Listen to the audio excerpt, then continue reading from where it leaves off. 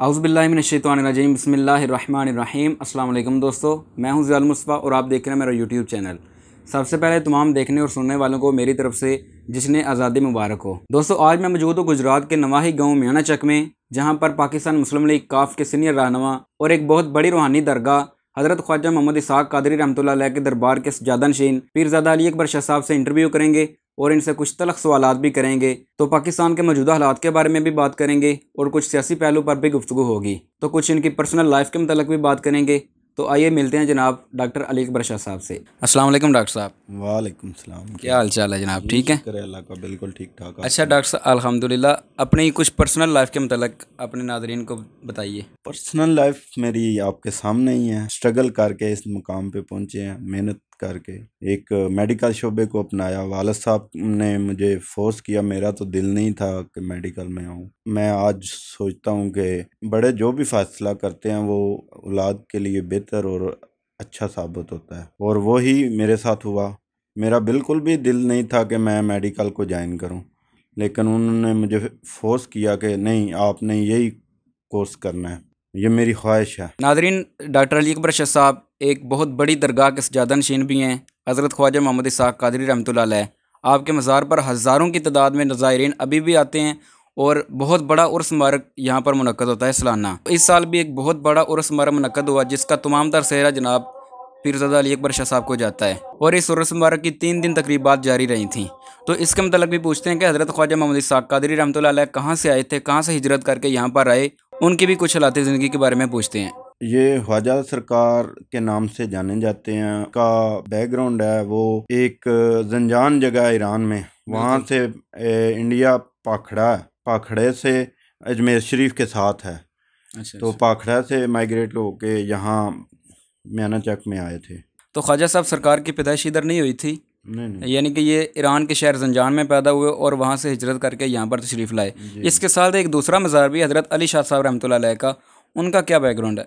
वो इनके कुतुब हैं, भाई वली, और 23वें वो कुतुब हैं। ये बहुत बड़े वली होने की निशानी है, जिन्होंने आगे वलायत तकसीम की हुई है। देखें, हमारे पाको हिंद में बहुत बड़े औलिया इकराम हुए हैं, लेकिन इनका भी शुमार उन बड़े औलिया इकराम में से होता है जिन्होंने आगे फैज़ तकसीम किया हुआ है। मियाँ मोहम्मद बख्श साहब का एक शेर है, जिनमें इन्होंने इनको इस तरह महतब किया कि ये ख्वाजा शाह मोहम्मद इसाक जो फैज़ां दे साईं। इसका मतलब ये है कि ये कुल फैज़ों के साईं हैं और बहुत बड़ी हस्ती थे। मियाँ साहब का एक शेर भी है ना इनके बारे में, हाँ जी, ख्वाजा साहब के बारे में। शाह माखन ते कुतुबो आलम, दोनों मर्द मुकम्मल, अली शाह नू मिल के वासल होए हास नूरी, अली शाह ने हासिल किया हास आदताएं, ख्वाजा शाह मोहम्मद इसाक की जो फैज़ां दे साईं, के ये बहुत बड़े फैज़ के मालिक थे, जिन्होंने आगे अपनी वलायत को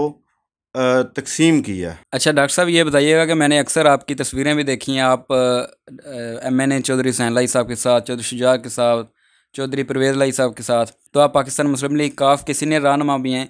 लेकिन इसके बावजूद आप अभी तक अपने गाँव में कुछ ऐसा तरक्याती काम नहीं कर सके।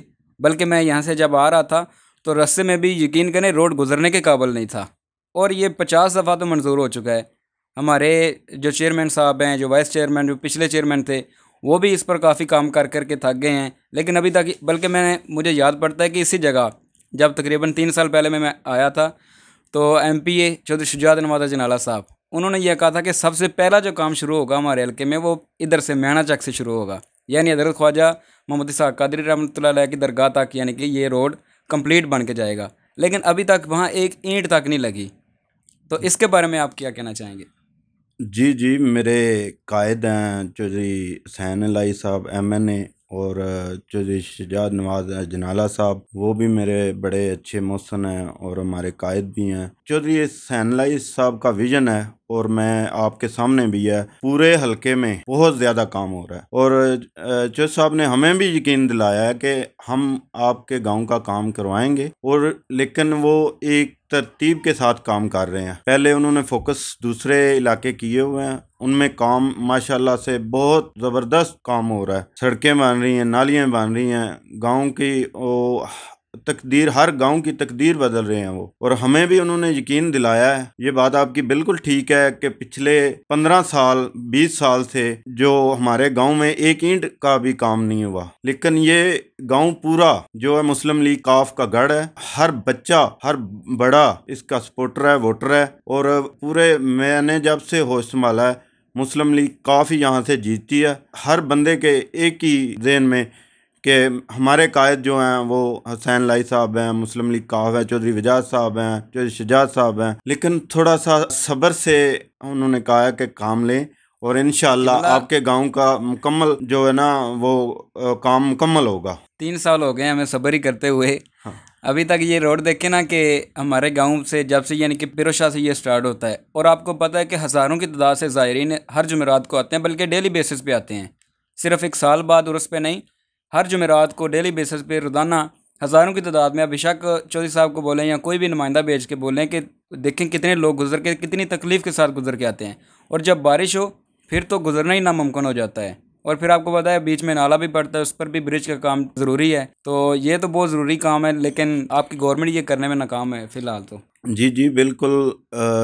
मसाइल तो वाकई हैं, उनको काफ़ी दफ़ा ये लाहौर जाता हूँ, इस्लामाबाद भी चौधरी साहब के पास जाता हूँ रिक्वेस्ट लेके, सारा मैंने उनको बताया हुआ है। उन्होंने कहा है कि इंशाल्लाह 5 साल मुकम्मल होने से पहले पहले हर गाँव का काम करवाऊँगा, हर गाँव का। उनका एक वो हर जलसे में तकरीबन तकरीर करते हैं तो वो ये बात कहते हैं कि अगर मैं किसी के काम ना करवा सका उस गांव में मैं वोट लेने नहीं जाऊंगा। तो हमें तो पूरा यकीन है और अपने कायद पे इत्माद भी है कि इंशाल्लाह वो हमारे काम कराएंगे, क्योंकि ये आपके सामने ही है। नाला भी है हमारा जो बिल्कुल पूरे गांव का नाला है, उसका पानी सारा सड़क पे आ जाता है, और जुमेरात को जब ज़ायरीन यहाँ से गुजरते हैं तो वो उनके कपड़े भी ख़राब होते हैं और वो हमें भी बददुआएं देते हैं, बुरा भला भी कहते हैं। तो दूसरा, अभी हमारी गलियों का भी काम जो है ना वो काफ़ी ज़्यादा पड़ा हुआ है, क्योंकि पिछले 20 साल से एक ईंट नहीं लगी, लेकिन ये वोट मुस्लिम लीग काफ को जाते रहे हैं।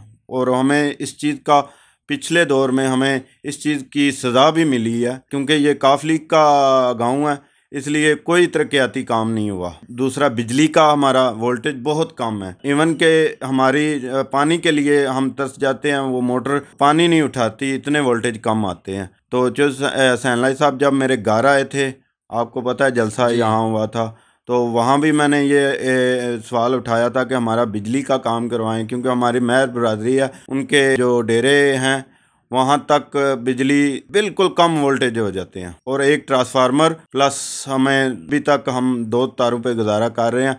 और ये चीज़ें, बिजली और गलियां नालियों का काम हमारे लिए बहुत ज़रूरी है। और मुझे अक्सर लोग गली में रोक के कहते हैं, हाँ जी काम कब शुरू होगा, तो मैं भी उनको तसल्ली का एक शापर भर के दे देता हूँ कि मुझे आपका जल्दी काम शुरू हो जाएगा इंशाल्लाह, क्योंकि वो कहते हैं हमने इसके बाद वोट तब देने हैं जब हमारे ये काम होंगे। बिल्कुल, इसके अलावा आपने भी हमारे पास वोट नहीं मांगने आना। डॉक्टर साहब देखें कि वोटर अब वो नहीं रहेगी पिछले दौर में कि आप गन पॉइंट पे अगर वोट ले लें या एक बिरयानी की प्लेट खिला के जो है कि वोट उसका ले लें। अब आपको पता है अवाम के अंदर शऊर आ चुका है, अवाम काम मांगती है, अगर उसने वोट देना है तो आपको काम देना पड़ेगा।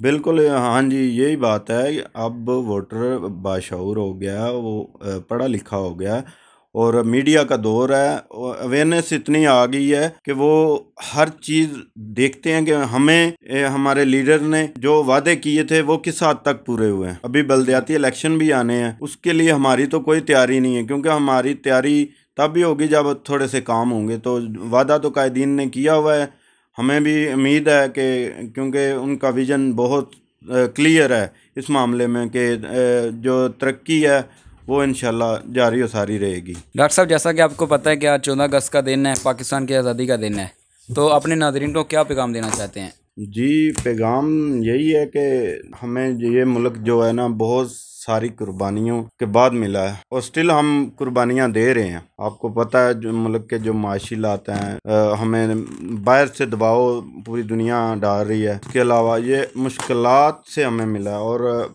पाकिस्तान का मतलब क्या, ला इलाहा इल्लल्लाह मुहम्मद रसूलुल्लाह, इस नाम पे, इस कलमे पे ये मुल्क बना है। हमारे बुज़ुर्गों ने जो हिजरत करके इंडिया से जब 1947 में आए हैं तो उन्होंने अपना जान माल सब कुछ कुर्बान करके पाकिस्तान के लिए ये स्ट्रगल किया और वो पाकिस्तान इसलिए हासिल हुआ। कायदे आज़म मोहम्मद अली जिन्नाह अगर वो ना होते तो कभी ये मुल्क वजूद में ना आता। तो उनकी कमी बहुत महसूस हो रही है, हर शोबे में हो रही है। इंशाअल्लाह हमें उम्मीद है कि जल्द ही हमारा मुल्क अपने पाँव पे खड़ा होगा और जिस मकसद के लिए ये पाकिस्तान हासिल हुआ था उस पे कायम दायम होगा और ता क़यामत तक जो है ना पाकिस्तान कायम रहेगा। पाकिस्तान जिंदाबाद। अभी इधर चलते हैं परचम कुशाई की तरफ।